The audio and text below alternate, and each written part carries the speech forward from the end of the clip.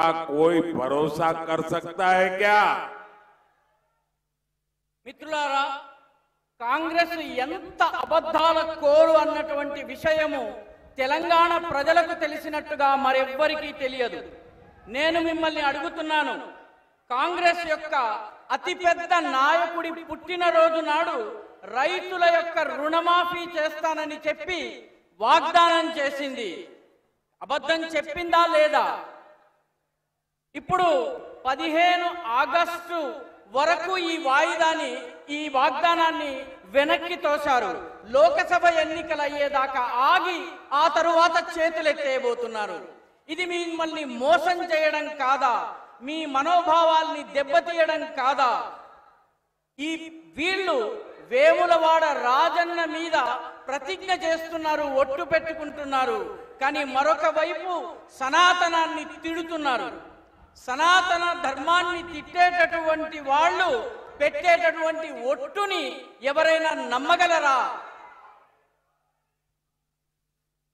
साथियों, कांग्रेस ने तेलंगाना आंदोलन में बलिदान देने वालों के परिवार को पेंशन देने का वादा किया था।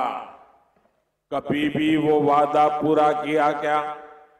कांग्रेस ने 250 स्क्वायर यार्ड जमीन देने के लिए कहा था।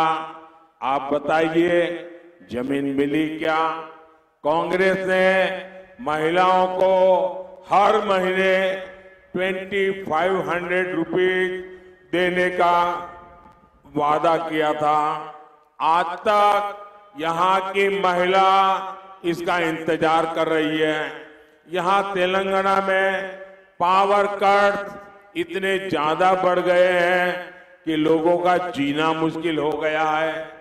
ऐसी विश्वासघाती कांग्रेस क्या आपका भला कर सकती है? మిత్రులారా, కాంగ్రెస్ పార్టీ తెలంగాణ కోసం బలిదానం చేసిన వాళ్ళ కుటుంబ సభ్యులకి పెన్షన్ ఇస్తానని వాగ్దానం చేసింది. ఆ వాగ్దానం పూర్తయిందా? అదేవిధంగా కాంగ్రెస్ 250 గజాల భూమిని ఇస్తానని చెప్పి కూడా, స్థలాన్ని ఇస్తానని చెప్పి కూడా వాగ్దానం చేసింది. ఆ భూమి లభించిందా? కాంగ్రెస్ మహిళలకు నెలకు 2500 రూపాయలు ఇస్తానని వాగ్దానం చేసింది. ఇప్పటికీ మహిళలు ఆ 2500 రూపాయల కోసం ఎదురు చూస్తున్నారు.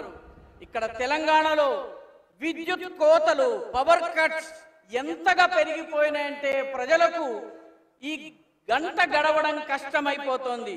ఇటువంటి నమ్మక ద్రోహి అయిన కాంగ్రెస్ మీకు ఎలాంటి మేలు చేయగలదు? ఒక్కసారి ఆలోచించండి. साथियों, जब से कांग्रेस आई है तेलंगाना का विकास ठप पड़ा है। सरकार का खजाना खाली हो गया है। जरा बताइए, ये पैसा कहां जा रहा है? तेलंगाना की जनता का पैसा डबल आर टैक्स के नाम पर लूटा जा रहा है। और यहां चर्चा है कि डबल आर टैक्स में एक हिस्सा पहले आर के लिए हैदराबाद जाता है, दूसरा हिस्सा दूसरे आर के लिए दिल्ली भेजा जाता है। మిత్రులారా, కాంగ్రెస్ ప్రభుత్వం అధికారంలోకి వచ్చినప్పటి నుంచి అభివృద్ధి పూర్తిగా ఆగిపోయింది. ప్రభుత్వం యొక్క ఖజానా పూర్తిగా ఖాళీ అయిపోయింది. మీరు చెప్పండి, ఈ డబ్బులన్నీ ఏమవుతున్నాయి? ఇక్కడ తెలంగాణలో చర్చ ఏమిటంటే డబల్ ఆర్ ట్యాక్స్ అనే పేరిట ప్రజలని దోపిడీ చేయడం జరుగుతోంది. ఈ డబల్ ఆర్ ట్యాక్స్ లోని మొదటి ఆర్ కోసము ఒక భాగం హైదరాబాద్కు వెళితే రెండవ ఆర్ కోసము ఢిల్లీకి వెళ్తోంది. कांग्रेस हो या इंडी अलायंस, ये जहां सत्ता में आए वो राज्य उनका एटीएम बन गया। अभी झारखंड से नोटों के पहाड़ निकले हैं, आपने देखा है ना। इसके पहले कांग्रेस के एक सांसद के यहां 300 करोड़ कैश निकला था, और जब मोदी इनके ब्लैक मनी, इनके करप्शन पर कार्रवाई करता है तो ये मोदी को गाली देते हैं। కాంగ్రెస్ కావచ్చు లేదా ఇండి అలయన్స్ కావచ్చు, ఈ రెండు ఏ రాష్ట్రంలో అధికారంలోకి వచ్చాయో ఆ రాష్ట్రం ఈ పార్టీల కోసం ఏటీఎం గా మారిపోతుంది. ఈ మధ్య జార్ఖండ్ లో నోట్ల కట్టల గుట్టలు బయటపడ్డాయి. దీన్ని మీరు చూసే ఉంటారు. అదే విధంగా ఇంతకు ముందు ఒక కాంగ్రెస్ ఎంపీ గారి ఇంట్లో 300 కోట్ల రూపాయల క్యాష్ నగదు బయటపడింది. మోదీ వీళ్ళ దగ్గర ఉన్నటువంటి నల్లధనాన్ని, బ్లాక్ మనీని, వీళ్ళ అవినీతిని అంతం చేసేందుకు చర్యలు తీసుకుంటే వీళ్ళందరూ మోదీని విమర్శిస్తూ ఉంటారు. साथियों, कांग्रेस के लिए देश का संविधान कोई मायने नहीं रखता।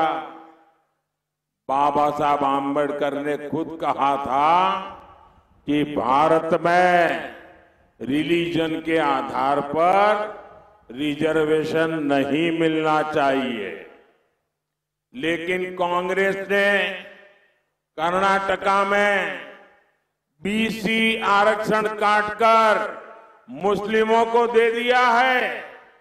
यही कोशिश इन्होंने संयुक्त आंध्र प्रदेश में भी की थी, लेकिन तब हाईकोर्ट ने उस पर रोक लगा दी थी।